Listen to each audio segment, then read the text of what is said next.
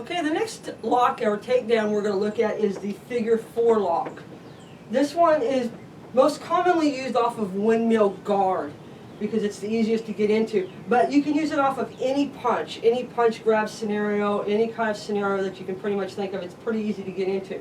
And all it is just go ahead and put your hand out there. Let's say I did threading the needle and I came in like we did on the gooseneck and I punched him. Now from here, I just take my left hand and I strike the elbow like that and bend it.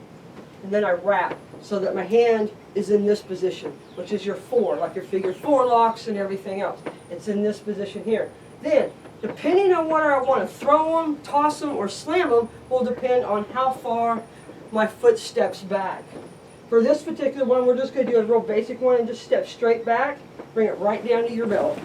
And then just put your knee on his ribs so that he can't pop up on you. And then just be aware, depending on how you're throwing, his legs may come forward, so you don't want to be bent over, otherwise you could get kicked in the head by your opponent, whether you meant to or not. So here, we throw a punch, here, so it's just like that. And we make sure the fist is bent, we step back, bring the hand right down to your belt.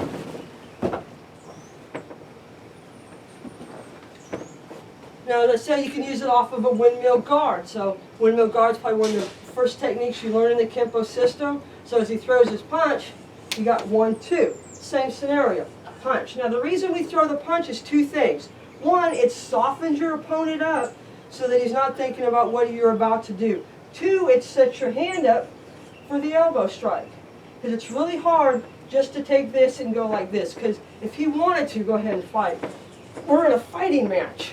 Okay, if I didn't hit him hard enough and he's still got his senses, we're going to be sitting here in a wrestling match, and depending on your size versus theirs, you're probably going to lose it because he's still got that hand to hit you with. So you want to come in and you want to punch him, and then you want to hit that arm. See what happens?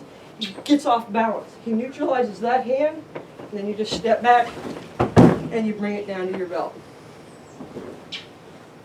Okay, last time for the figure 4 lock with the windmill guard. So he throws the punch, 1, 2. Remember, punch across the jaw, that separates the head from the arm, strike the arm, and then step back and bring it straight down to your belt.